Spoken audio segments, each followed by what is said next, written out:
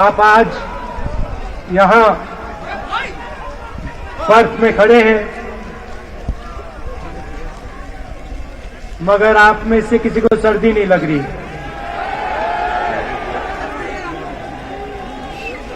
आप बारिश में खड़े हुए, कोई भीगा नहीं। गर्मी में आपको गर्मी नहीं लगी, सर्दी में आपको सर्दी नहीं लग रही है, क्योंकि देश की शक्ति आपके साथ है।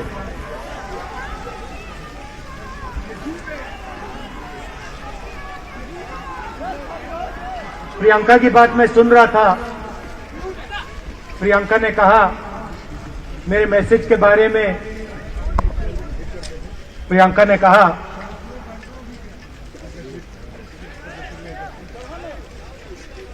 नॉर्मली होता नहीं है, मगर मेरे आंख में आंसू आए।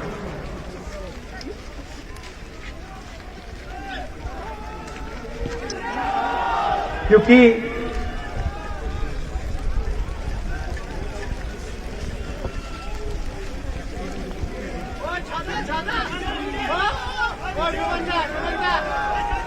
मैं कन्याकुमारी से चला, शुरुआत की और पूरे देश में हम पैदल चले। मैं सच बताऊं, आपको अजीब लगेगा, मगर मैं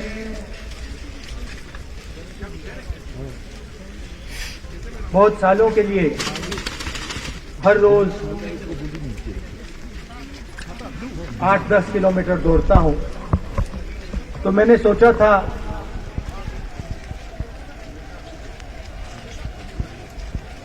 देश कन्याकुमारी से कश्मीर चलने में इतनी मुश्किल नहीं होगी। मेरे दिल में था कि आसान होगा, फिजिकली मेरे लिए ये मुश्किल काम, मैंने सोचा था मुश्किल काम नहीं होगा।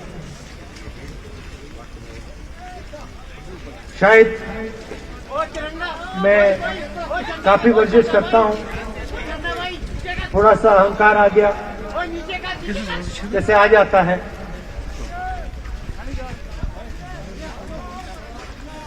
मगर फिर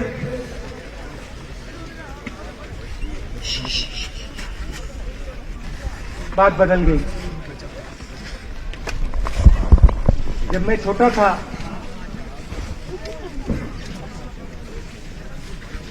फुटबॉल खेलता था,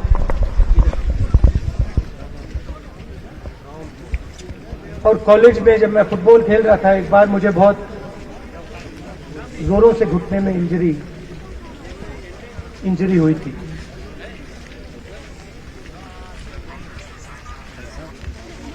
मैं उसको भूल गया था।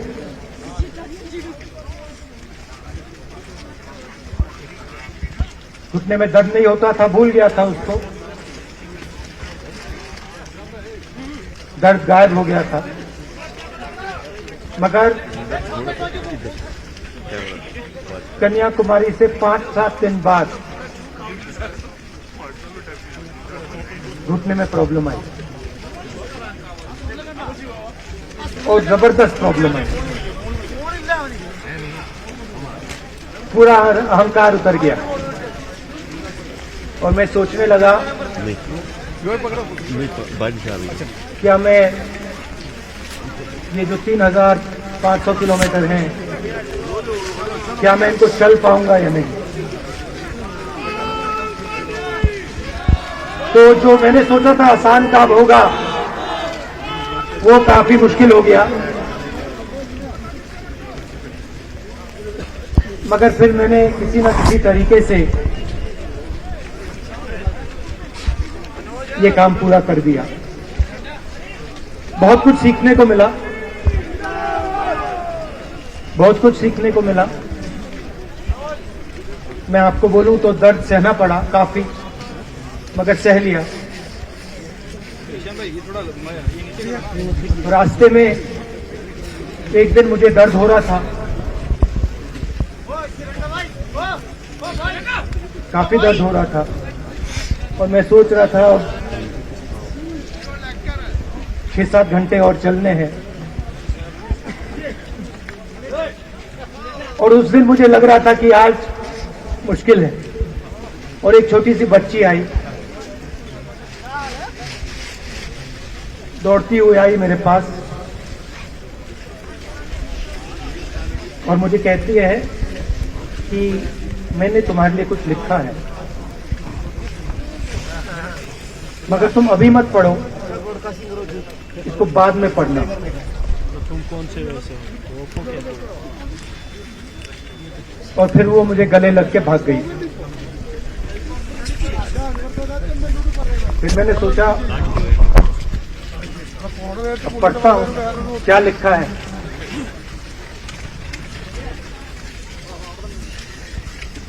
तो उसने लिखा था कि मुझे दिख रहा है कि आपके घुटने में दर्द है, क्योंकि आप जब उस पैर पे वजन डालते हो तो आपके चेहरे पे दिखता है कि दर्द है। मगर मैं आपको बताना चाहती हूं कि मैं आपके साथ कन्याकुमारी नहीं चल सकती हूं, क्योंकि मेरे माता पिता नहीं चलने दे रहे हैं। मगर मैं दिल में आपके साथ, आपके साइड में चल रही हूं, क्योंकि मैं जानती हूं कि आप अपने लिए नहीं चल रहे हो, आप मेरे लिए चल रहे हो और आप मेरे भविष्य के लिए चल रहे हो। और उसी सेकंड में, पता नहीं अजीब सी बात है, उसी सेकंड मेरा दर्द उस दिन के लिए गायब हो गया। दूसरी बात, मैं चल रहा था और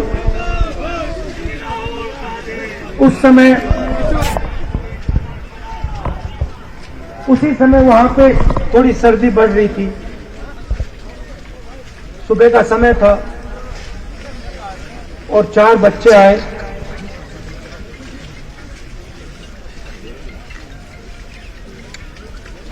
पता नहीं कहना चाहिए या नहीं।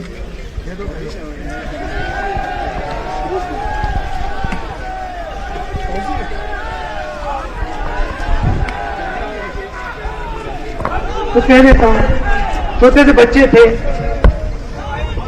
भिखारी थे, भीख मांगते थे और मेरे पास आए। कपड़े नहीं थे, मैंने देखा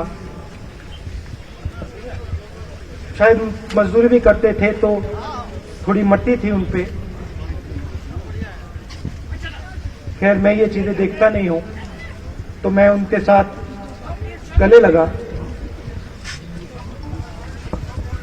घुटनों पे गया, ऐसे उनको पकड़ा मैंने, क्योंकि मैं उनके लेवल पे रहना चाहता था। और फिर नहीं, सुनिए, मैं ये बात कहना नहीं चाह रहा था मगर कह दूंगा। तो उनको ठंड लग रही थी, वो कांप रहे थे, शायद उनको खाना नहीं मिला था। छोटे बच्चे मजदूरी कर रहे थे।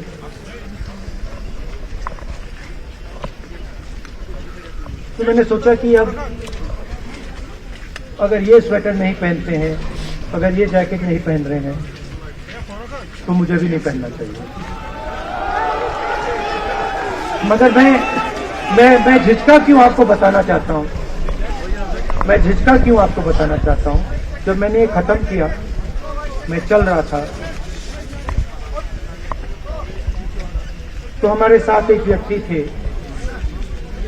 उन्होंने मेरे कान में बोला, राहुल जी, ये बच्चे गंदे हैं, इनके पास आपको ऐसे जाना नहीं चाहिए। तो मैंने उनसे कहा, वो आपसे और मुझसे दोनों से साफ है।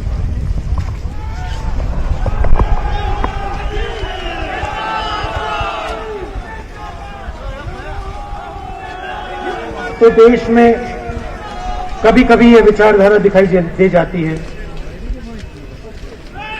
दूसरी बात आपको बता देता हूं, शायद लोगों को अच्छी ना लगे। जब मैं चल रहा था, आपने देखा होगा कि बहुत सारी महिलाएं रो रही थी। आपने देखा? आपको मालूम है क्यों रो रही थी? नहीं, उसमें से बहुत सारी महिलाएं इमोशनल थी, मुझसे मिलकर रो रही थी, मगर उसमें बहुत सारी ऐसी भी महिलाएं थी जिन्होंने मुझे बोला कि उनके साथ बलात्कार हुआ है, उनको किसी ने मोलेस्ट किया है, उनके किसी रिश्तेदार ने उनको मोलेस्ट किया है। और जब मैं उनसे बोलता था, बहन मैं पुलिस को बताऊं, तो मुझे कहती थी, राहुल जी पुलिस को मत बताइए, हम चाहते हैं कि आपको ये बात मालूम हो, मगर पुलिस को मत बताइए, हमारा और भी नुकसान हो जाएगा। तो ये हमारी देश की सच्चाई है। ऐसी बहुत सारी और मैं कहानियां आपको बता सकता हूं।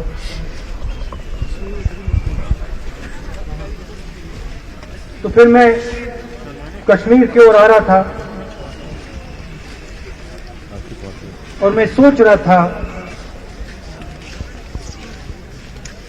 कि इसी रास्ते पे मैं नीचे से ऊपर जा रहा हूं। मैं सोच रहा था कि इसी रास्ते से सालों पहले मेरे रिश्तेदार नीचे से ऊपर आए, सॉरी ऊपर से नीचे आए, कश्मीर से इलाहाबाद गंगा की ओर गए। और मुझे ऐसा लग रहा था कि मैं वापस अपने घर जा रहा हूं।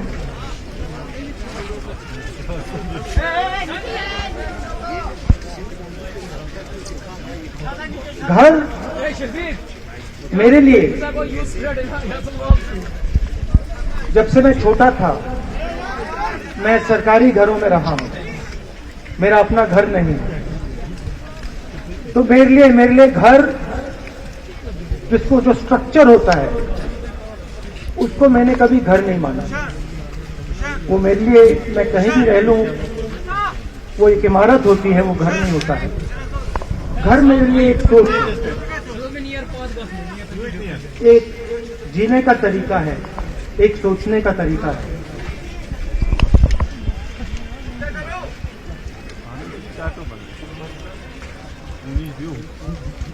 और यहां पे जिस चीज को आप कश्मीरियत कहते हो, उसको मैं अपना घर मानता हूं। अब ये कश्मीरियत है क्या? ये जो शिव जी की सोच है एक तरफ, और थोड़ी सी गहराई में जाएंगे तो उसको शून्यता कहा जा सकता है। अपने आप पर, अपने अहंकार पर, अपने विचारों पर आक्रमण करना। और दूसरी तरफ इस्लाम में जिसको शून्यता यहां कहा जाता है, वहां पना कहा जाता है। सोच वही है। इस्लाम में पना का मतलब अपने ऊपर आक्रमण, अपनी सोच पर आक्रमण, जो हम अपना किला बना देते हैं कि मैं ये हूं, मेरे पास ये है, मेरे पास ये ज्ञान है, मेरे पास ये घर है, उसी किले पर आक्रमण करना, वही है शून्यता, वही है पना। और इस धरती पे ये दो जो विचारधाराएं हैं,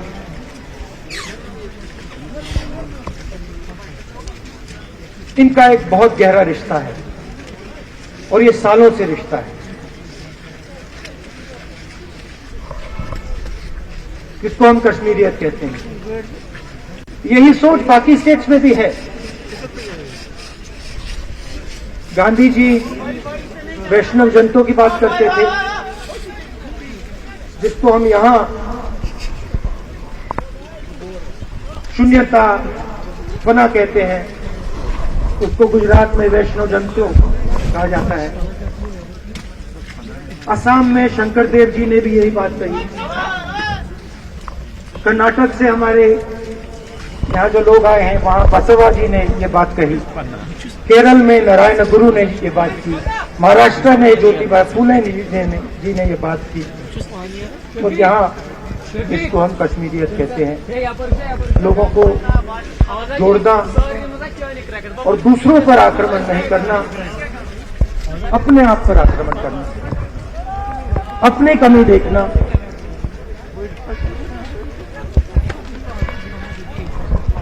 मैंने आपको कहा कि मेरा परिवार कश्मीर से गंगा की ओर गया था।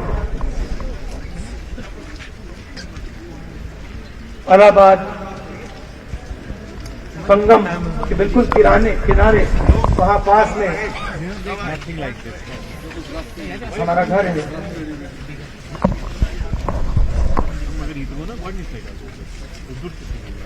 तो जब यहां से वो वहां गए,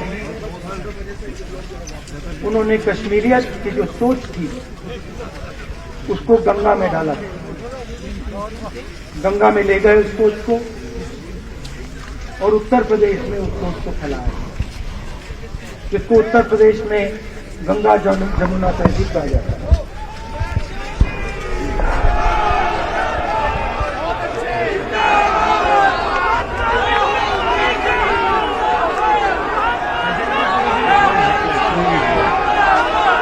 तो उन्होंने, मेरे परिवार ने छोटा सा काम, कोई बड़ा काम नहीं किया।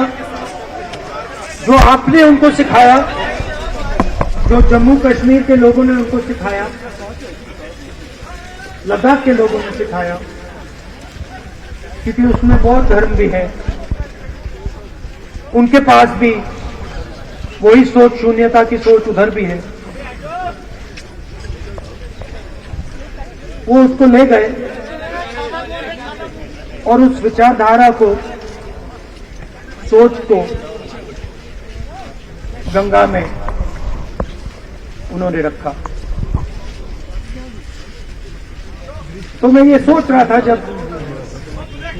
यहां आ रहा था, पैदल चल रहा था, और मुझे सिक्योरिटी वालों ने कहा था कि देखिए, आप पूरे हिंदुस्तान में चल सकते हो, जम्मू में भी चल सकते हो, मगर आखिरी जो 4 दिन है कश्मीर में, आपको गाड़ी से जाना चाहिए।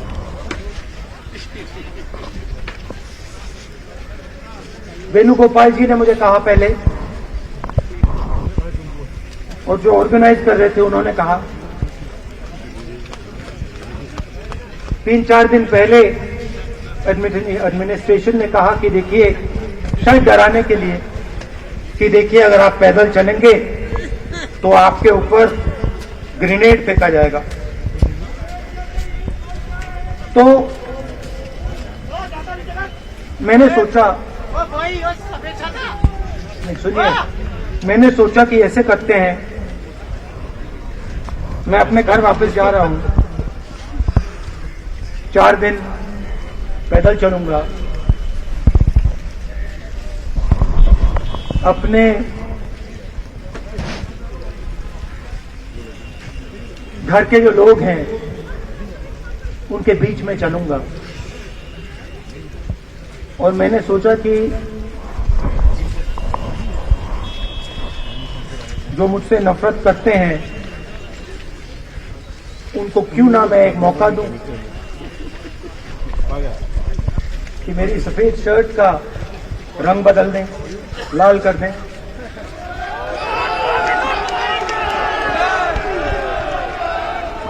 क्योंकि मेरे परिवार ने मुझे सिखाया है, गांधी जी ने मुझे सिखाया है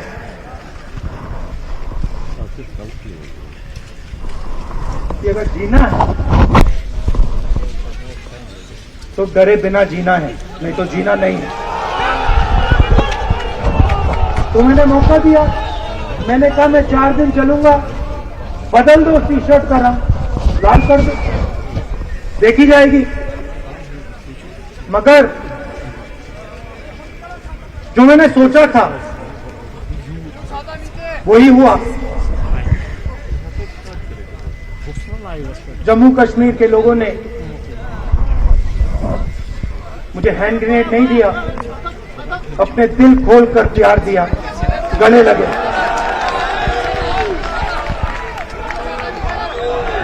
और मुझे बहुत खुशी हुई कि उन सब ने मुझे अपना माना और प्यार से बच्चों ने, बुजुर्गों ने आंसुओं से मेरा यहां स्वागत किया।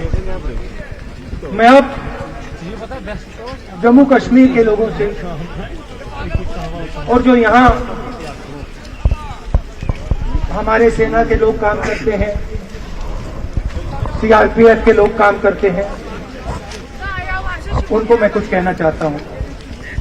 सबको, जम्मू कश्मीर के युवाओं को, बच्चों को, माताओं को, सबको, सीआरपीएफ के, बीएसएफ के, आर्मी के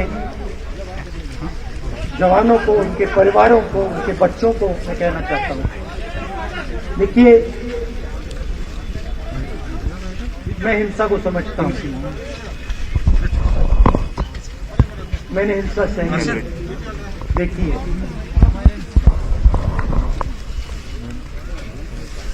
जो हिंसा नहीं सहता है, जिसने हिंसा नहीं देखी है,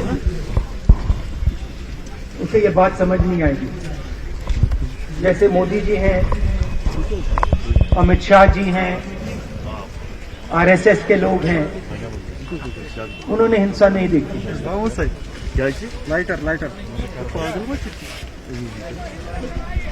डरते हैं, नहीं डरते हैं। देखिए, डरते हैं। यहां पे हम 4 दिन पैदल चले, मैं आपको गारंटी देके कह सकता हूं कि बीजेपी का कोई नेता ऐसे नहीं चल सकता।